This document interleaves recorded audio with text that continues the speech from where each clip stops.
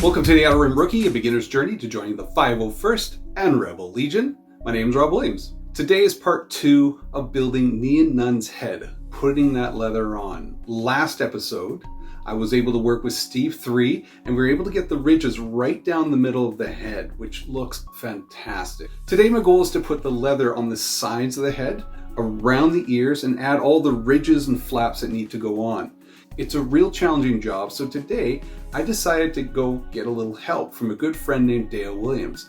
Dayo is a fantastic husband, fantastic father, and fantastic artist. If you check his Instagram site at Legion Props, you will see some beautiful artwork.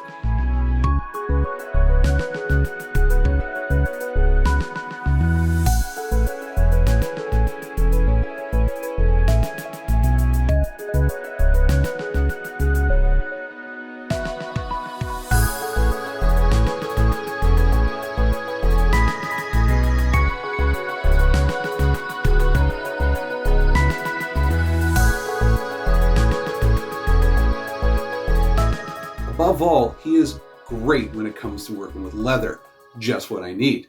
I'm going to his house to learn from a master. He's my Yoda, I'm his Luke. I hope I don't whine as much as Luke does, but I'll give you a piggyback ride if you need it, Dayo. So let's head over to Dayo's house and get to work.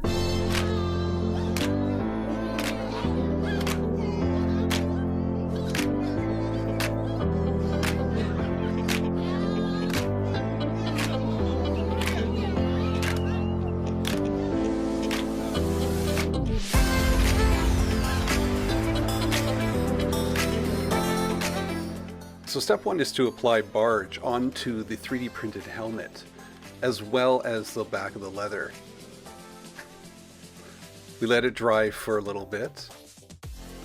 Dayo uses this little heater. It's not at a high temperature, but it's enough to just kind of give a little bit of faster dry time. And it looks fabulous doing it too. Once we dry it enough, we start applying it onto the 3D printed helmet, using a little bit of pressure, a little bit of pull onto it, but sticking it and smoothing it as we go. The 3D printed helmet does already have these fake ridges built into it, so it does add its own little fake flair. Nien Nunb seems to be pretty impressed as well, but he needs to wait over the side.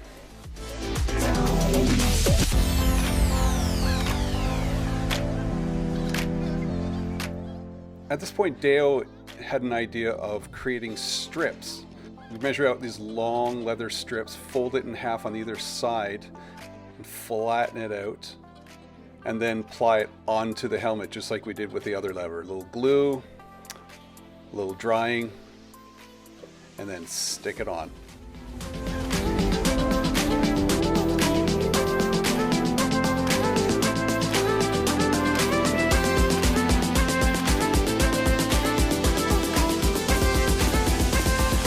Alright, it's the next day. I'm excited about this. I was going to do it last night, but I was like really tired. But that's how eager I was. So Dayo taught me how to get this leather part on here, how to put the strip on. So now, today, the other side, huh?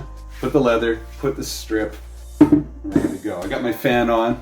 There it is there. I've got my glue, got my glasses. I got this. We got this. Built on hope. Here we go.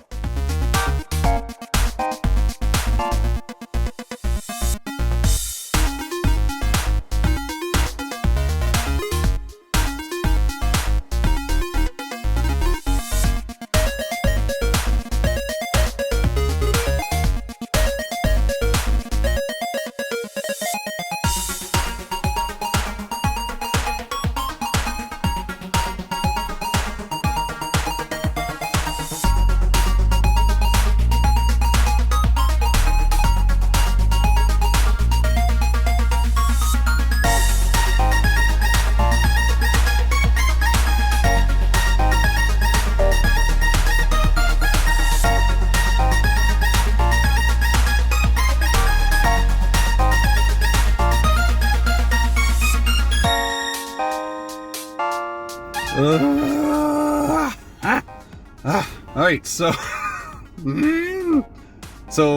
that glue was not working for me. It was not working for me, so I decided I'm gonna just get some barge. Just get some barge and do that. I went to Walmart, not there. So I went to Home Depot, not there.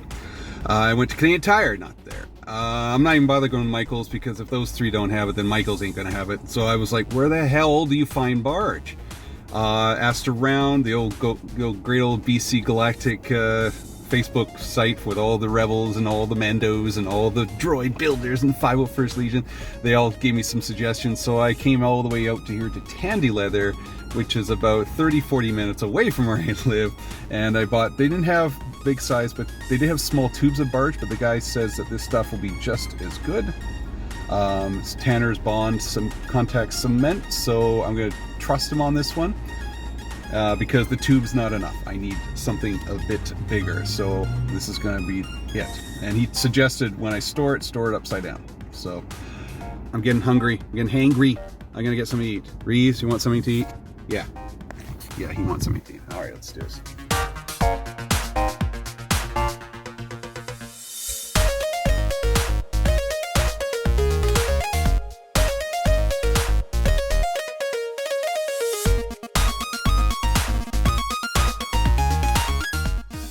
Well, side's done, the glue's working well. Now it's time to work on the inside part of the ear. The inside part of the ear is supposed to look a little bit looser, just like it probably was when it was sewn together, a separate piece.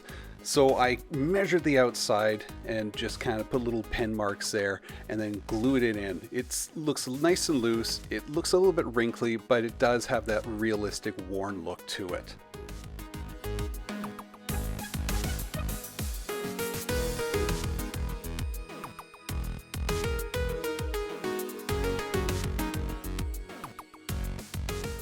The hardest part about this section was trying to not only make it wrinkly and loose, but just to hide the edges of the leather as well as the seams.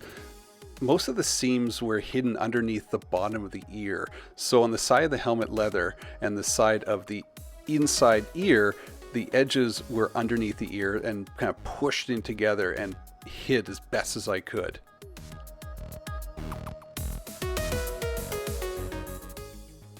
Got the inside of the ear done. Now I'm going to focus on the ring that goes around the outside of that inside part of the ear. You looked at some old pictures of Nien Nunb from the Return of the Jedi, not the newer stuff, and I tried to find the right thickness that would work for this helmet. I decided to use something that was about 2 centimeters thick. It made it wide enough. It didn't look like it was hanging over the ear, but it also didn't look like it was a 3D printed mold at the same time. And best of all, it hid the edges of the leather that I was trying to hide in the first place. Dayo and me called them noodles. They looked kind of like linguine noodles, just a little bit thicker and a little more girth. But it was the perfect shape for what went around this ear.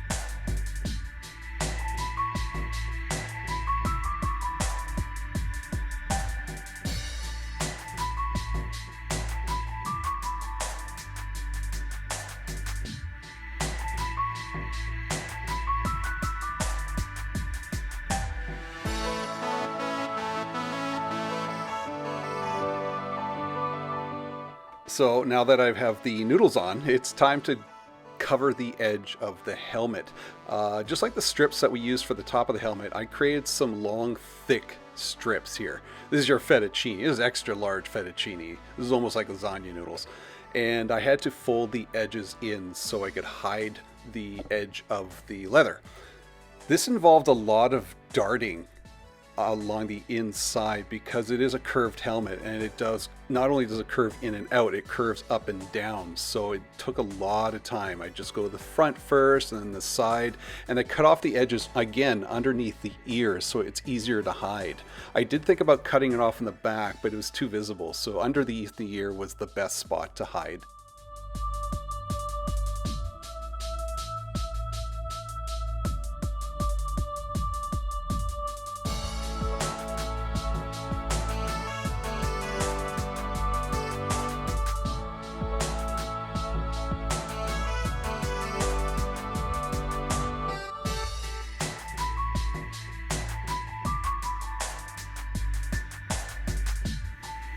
Man.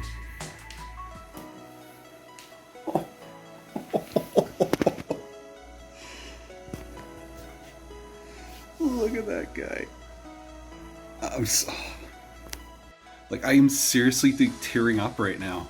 It is like so cool.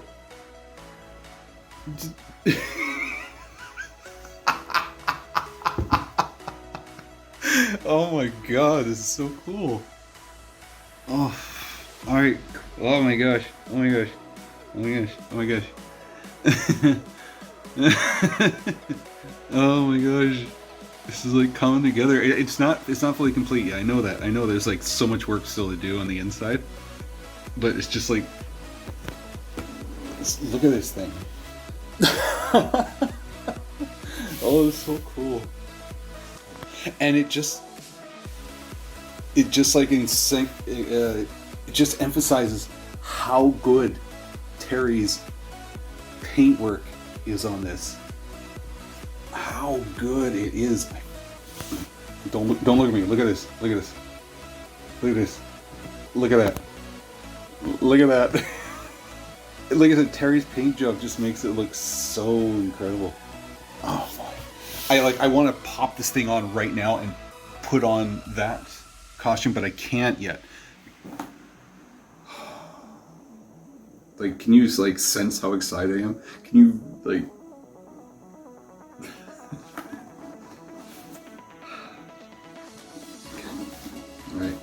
All right. On to the next. This is pretty strong. I've been handling a bit lately. God, I hate that glue. I hate the glue. Easier way to get rid of that. I gotta put this down and we'll finish up here.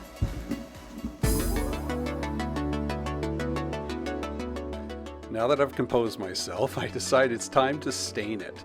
I use this very dark brown stain that was recommended by Dayo.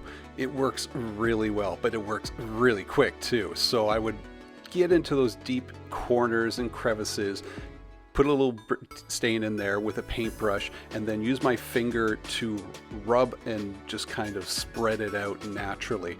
I originally used a paper towel, but it wasn't working fast enough. I was just a little worried it would stain too hard. I spent a couple days on the staining, and I'm still not fully satisfied with it, but I am extremely happy, as you'll see at the end product here. And I made sure to get the shadows of this, since it was a 3D print and the leather still adds a couple layers to the 3D print. The stain helps emphasize the pulls and the wrinkles of the helmet, and it looks a lot more realistic. It looks incredible. I get inside the ears, I get underneath the helmet, and I just go to town. It was also a great way to cover up all the glue. I used a felt pen, a black felt pen, to cover spots in the glue in the corners, and then just put a little extra stain in there too. So a lot of the glue that was still there, I couldn't pick out everything, but I got most of it out.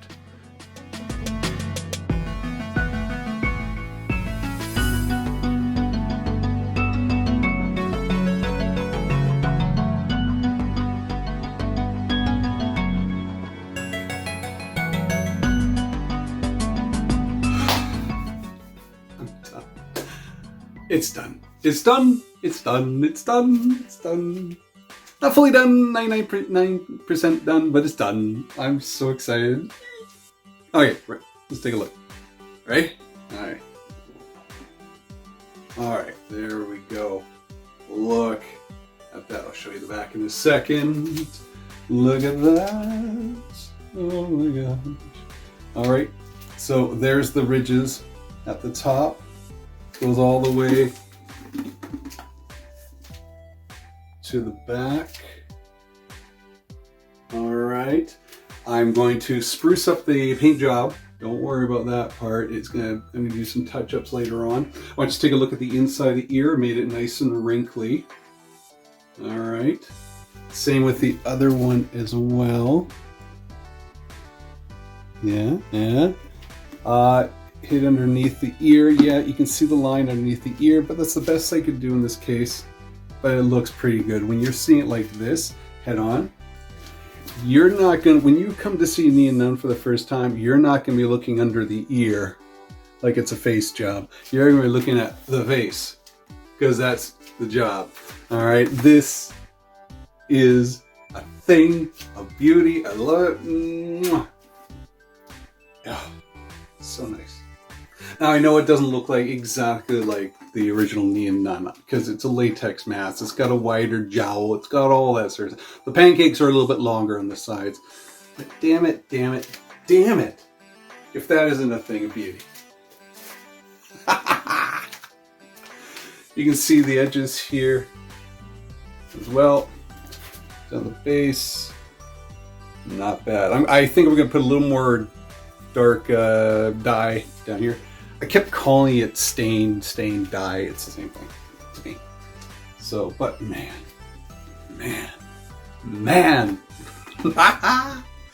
So I've worked on a couple other things.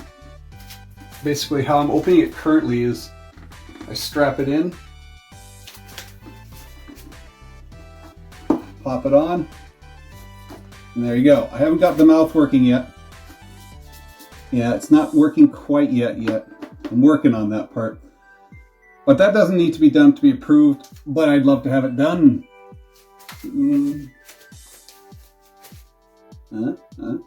So there you go. There's tape in the top. God damn. Oh man, every little hair up there as it is. Shoot. Damn it. God damn.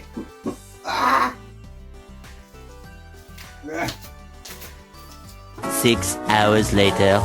Jesus Lord. I got very little hair up there as it is. They have tape stuck to the top.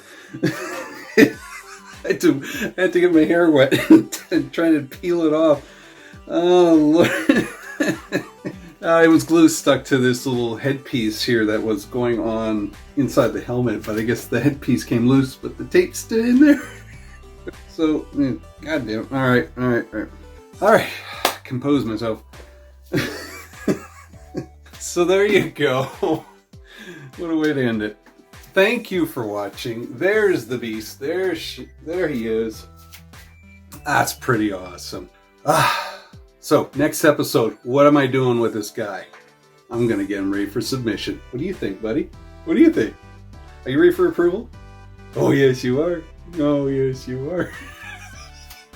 Seriously, so happy. All right.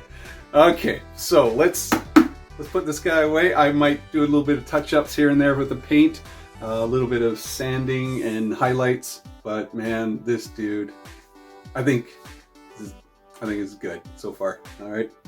Before the summer's over, we're going to be a member of the Rebel Legion. There you go. I got this in advance. I know, a little bit early, chickens before they hatch, but there was a run time limit on these things, so I had to get mine ahead of time because I'm that confident that I'm going to be